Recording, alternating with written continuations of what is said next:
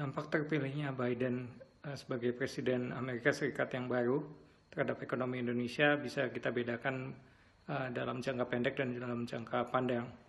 Dalam jangka pendek, dampaknya lebih terasa ke pasar finansial. Kemenangan Biden ini memberikan kepastian kepada para pelaku pasar mengenai kondisi politik di Amerika Serikat. Market di Amerika Serikat mungkin akan menyambut positif kemenangan Biden ini. Demikian juga bursa-bursa di Asia.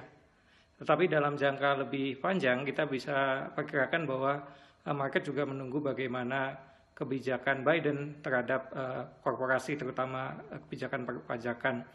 Jika korporasi di Amerika Serikat melihat bahwa kebijakan Biden merugikan mereka, mungkin market akan bereaksi negatif. Tetapi dampaknya juga sifatnya hanya jangka pendek, karena bagaimanapun juga mereka harus menerima Biden sebagai presiden yang baru.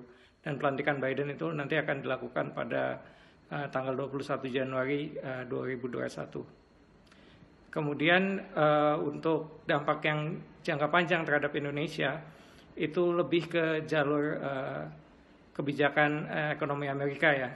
Dibandingkan dengan Trump, Biden itu akan lebih banyak menggunakan pendekatan multilateralisme dalam kebijakan ekonomi Amerika. Dan ini dampaknya juga kepada kita juga Indonesia, bahwa dalam melakukan diplomasi ekonomi mungkin kita akan lebih efektif menggunakan jalur-jalur multilateral, misalnya WTO. Kemudian kita juga tahu bahwa Biden itu ada kemungkinan dia akan menghidupkan kembali kerangka kerjasama global, termasuk mungkin juga TPP.